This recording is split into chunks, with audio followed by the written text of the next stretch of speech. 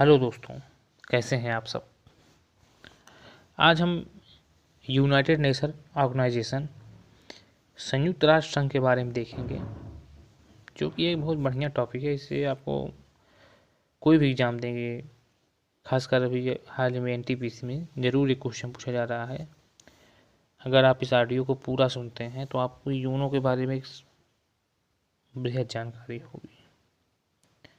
चलिए देखते हैं। यूनाइटेड नेशन ऑर्गेनाइजेशन संयुक्त राष्ट्र। पहले हम जानते हैं संयुक्त राष्ट्र संघ की हमें आवश्यकता क्यों पड़ी, इसको बनाने की आवश्यकता क्यों पड़ी।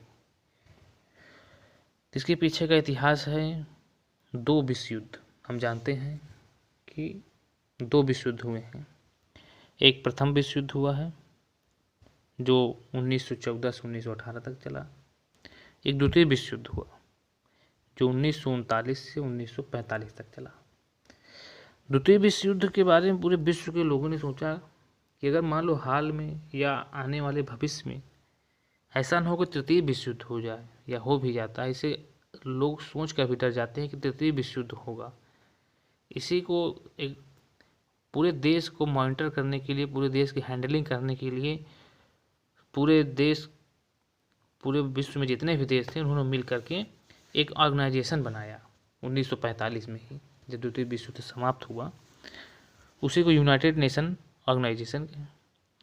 इसकी पहली बैठक जो हुई वो अप्रैल 1945 में अमेरिका में हुई, जिसमें 50 देशों ने भाग लिया था। भारत शुरू से ही यूनाइटेड नेशन ऑर्गेनाइजेशन का हिस्सा रहा है। भारत उन 50 देशों में भी शामिल था। 24 अक्टूबर 1945 को संयुक्त राष्ट्र संघ की स्थापना हुई। आप इसको कहीं नोट कर लीजिए या याद कर लीजिए।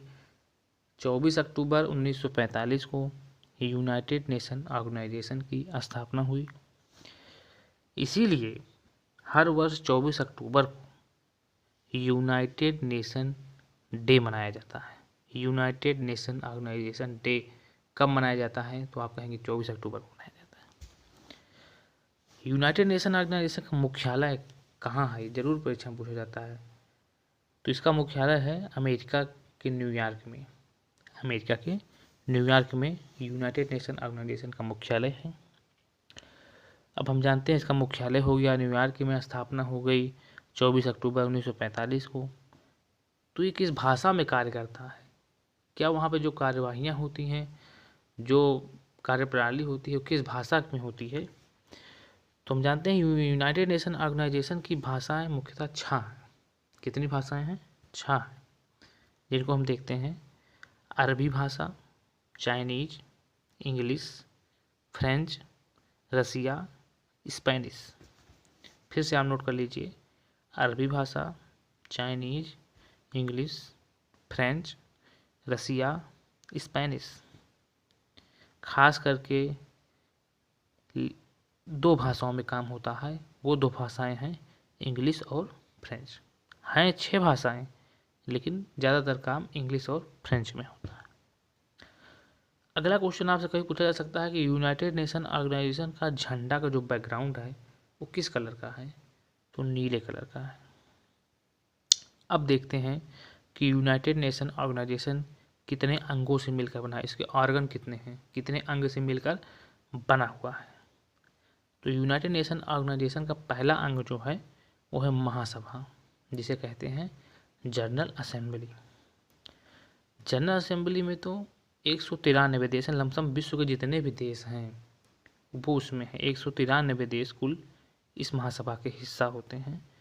नोट कीजिएगा, सबसे नवीनतम देश जो जुड़ा हुआ है यूनाइटेड नेशन ऑर्गेनाइजेशन से वो है दक्षिणी सूडान। कौन है? सूडान से कटकर जो बना था दक्षिणी सूडान। उसकी राजधानी हम जानते हैं जुबा।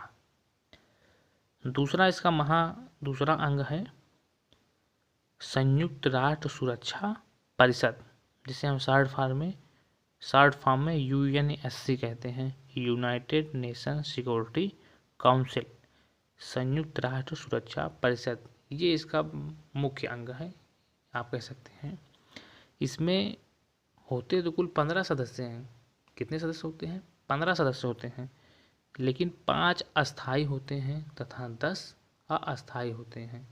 इसको हम इस प्रकार याद करेंगे कि 5 + 10 बराबर 15। 5 अस्थाई सदस्य हो गए, 10 अस्थाई सदस्य हो गए, किसके? संयुक्त राष्ट्र सुरक्षा परिषद के, जो यूनाइटेड नेशन ऑर्गेनाइजेशन का एक अंग है। 5 कौन सदस्य हैं जो इसके अस्थाई हैं, उसको याद करने का मैं आपको एक ट्रिक बता दे रहा हूँ। ABC लिख लीजिए, ABC, नीचे RF, कौन लिख लीजिए? RF, ABC RF। A for America, B for Britain, C for China, R for Russia, F for France. कौन से 5 देश इसके संयुक्त राष्ट्र सुरक्षा परिषद के अस्थाई सदस्य हैं? तो आप कहेंगे अमेरिका, ब्रिटेन, चाइना, रसिया, फ्रांस। इन 5 देश के पास वीटो पावर है, और जो अन्य 10 देश हैं वो हर 2 साल में बदलते रहते हैं, जिसका निर्णय कौन करती है? महासभा करती है। महासभा में 193 देश हैं, जिसमें हर साल हर देश से एक लोग आते हैं। अगला है सचिवालय। तीसरा अंग कौन सा है इसका? सचिवालय। ये समझ लीजिए जैसे किसी देश की एक संसद होती है, वैसे यूनाइटेड नेशन ऑर्गेनाइजेशन की एक संसद है, जिसमें हर देश से आदमी आते हैं, उस सचिवालय में बैठते हैं जाके। तो वो सचिवालय है, इसका प्रमुख महासचिव होता है। सचिवालय जो एक जैसे लोकसभा का महासचिव, लोकसभा का कौन होता है? लोकसभा अध्यक्ष होता है, जिसे स्पीकर कहते हैं। उसे सचिवालय के जो प्रमुख होगा उसे क्या कहेंगे? महासचिव कहते हैं। क्या कहते हैं? महासचिव। लेकिन इसके चुनाव में एक आप ध्यान से सुनेंगे, इसका चुनाव कैसे होता है? महासभा के जो सचिवालय जो महासचिव होते हैं, इनका चुनाव कैसे होता है? तो सुनिए, जिसका चुनाव महासभा करती है। कौन करती है? महासभा। लेकिन सिफारिश संयुक्त राष्ट्र सुरक्षा परिषद करती है। कौन करती है? संयुक्त राष्ट्र सुरक्षा परिषद। आपको ऑप्शन में दिया जाएगा कि सचिवालय के महासभा की चुनाव कौन करता है? ऑप्शन ए महासभा, ऑप्शन बी संयुक्त राष्ट्र सुरक्षा परिषद, ऑप्शन सी महासभा संयुक्त राष्ट्र सुरक्षा परिषद की सिफारिश पर, ऑप्शन डी इनमें से कोई नहीं। तो आप कौन सा टिक मारेंगे? सी, महासभा करती है, लेकिन संयुक्त राष्ट्र सुरक्षा परिषद की सिफारिश पर सचिवालय के महासचिव की नियुक्ति होती है। इनका कार्यकाल 5 वर्षों का होता है। वर्तमान में पुर्तगाल के एंटारियो गुटेरेस, कौन? एंटारियो गुटेरेस, जो कि सचिवालय के महासचिव हैं, या एक प्रकार से कह सकते हैं यूएनओ के प्रमुख हैं, यूएनओ के हेड के रूप में काम करते हैं, जो सचिवालय का महासचिव होता है। चौथा इसका प्रमुख अंग है अंतर्राष्ट्रीय न्यायालय, ICJ, इंटरनेशनल कोर्ट जस्टिस। केवल इसी का मुख्यालय अमेरिका में नहीं है, इसका मुख्यालय कहाँ है? द हेग कहाँ है? नीदरलैंड में। अंतर्राष्ट्रीय न्यायालय का मुख्यालय कहाँ है? द हेग कहाँ है? नीदरलैंड में। अंतर्राष्ट्रीय न्यायालय में कुल 15 जज होते हैं। कितने जज होते हैं? 15 जज होते हैं, और जिनमें कार्यवाही को शुरू करने के लिए कम से कम 9 जज की उपस्थिति आवश्यक है, जिनका कोरम कितना है? 9 है। इन जजों का कार्यकाल 9 वर्ष का होता है। इन जजों का कार्यकाल 9 वर्ष का होता है। इन जजों का कार्यकाल 9 वर्ष होता है। वर्तमान में भारत की तरफ से दलवीर सिंह भंडारी, कौन? दलवीर सिंह भंडारी अंतर्राष्ट्रीय न्यायालय के सदस्य हैं। और जो मान लीजिए जैसे किसी देश से चुन के गया अंतर्राष्ट्रीय न्यायालय में, तो क्या वो दोबारा भी जा सकता है? हाँ, दोबारा भी जा सकता है। जो हमारे भंडारी साहब हैं, इनका कार्यकाल अभी बढ़ाया गया है, जस्ट ये दोबारा हो गए हैं। भारत के डॉक्टर नागेंद्र सिंह एकमात्र ऐसे भारतीय हैं जो इंटरनेशनल कोर्ट जस्टिस माने अंतर्राष्ट्रीय न्यायालय के प्रमुख रह चुके हैं। कौन? डॉक्टर नागेंद्र सिंह। 5वीं इसका प्रमुख अंक है आर्थिक एवं सामाजिक परिषद। आर्थिक एवं सामाजिक परिषद, इसमें कुल 54 सदस्य होते हैं। कितने सदस्य? 54 सदस्य होते हैं, जिनका कार्यकाल 3 वर्ष का होता है, लेकिन इनके अध्यक्ष का कार्यकाल 1 वर्ष होता है। आपसे ऑप्शन में ही पूछ लेगा कि आर्थिक एवं संयुक्त राष्ट्र यूनाइटेड नेशन ऑर्गेनाइजेशन की आर्थिक एवं सामाजिक परिषद के अध्यक्ष का कार्यकाल कितना होता है? 1 वर्ष, लेकिन उनके सदस्यों का कार्यकाल 3 वर्ष। और कितने सदस्य हो सकते हैं? 54 सदस्य। छठवां इसका प्रमुख अंग है न्यास परिषद, ट्रस्टीशिप काउंसिल। क्या? न्यास परिषद, ट्रस्टीशिप काउंसिल।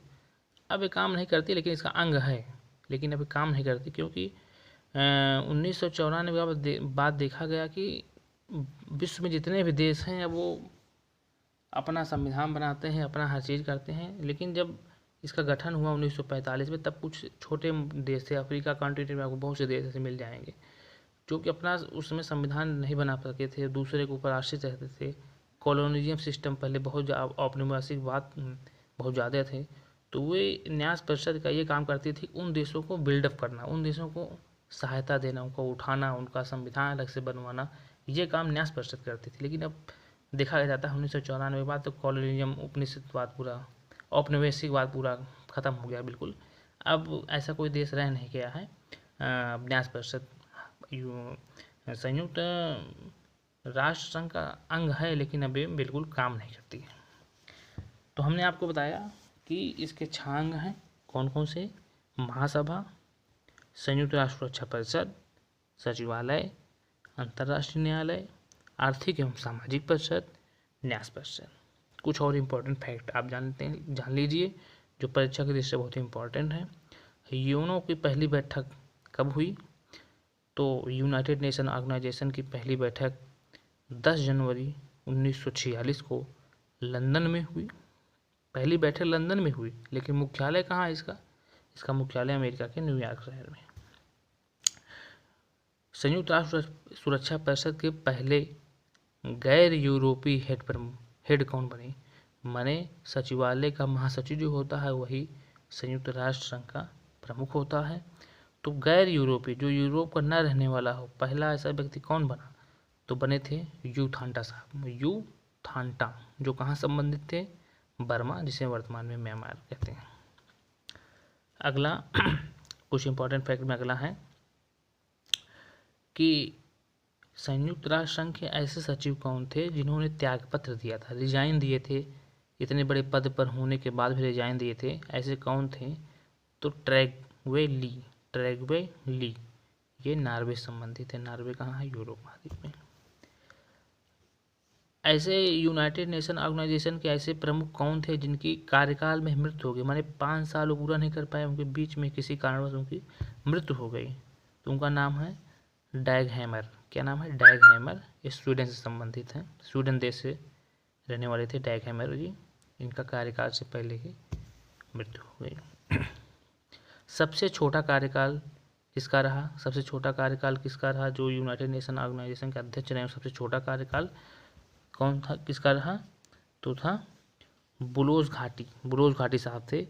इनका कार्यकाल केवल 4 वर्ष का ही रहा। ये मिस्र, इजिप्ट से संबंधित थे, जो अफ्रीका महाद्वीप से रिलेटेड है।